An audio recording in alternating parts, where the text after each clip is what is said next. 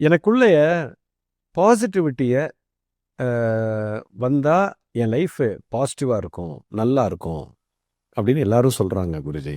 ஆனா உங்க லைஃப்ல பாசிட்டிவா எப்படி குருஜி இருக்கிறது? லைஃபே நெகட்டிவா தானே பார்க்க வேண்டியிருக்கு. எது பார்த்தாலும் பயமாவே இருக்கு. ஐயோ! இப்படி நடக்கலைன்னா என்ன பண்றது? இப்படி ஆயிடுச்சுன்னா என்ன பண்றது? அது ஆயிடுச்சுன்னா என்ன பண்றது? இதாயிடுச்சுன்னா என்ன பண்றதுன்னு எல்லாருமே பயந்து போய் தானே இருக்கிறோம். கரெக்ட்டா சொன்னீங்க. பயம் தான் இதுக்கு மெயின் மூல ஒரு மனிதன் ஏன் பாசிட்டிவா இல்ல?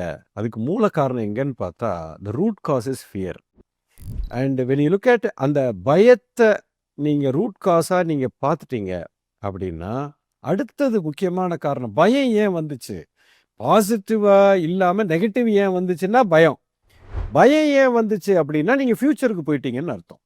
நீங்க பிரசன்ட்ல இல்லன்னு அர்த்தம். ஸோ ரூட் காஸ் வந்து பிரசன்ட்ல இருக்கிறவனுக்கு பயம் இருக்காது.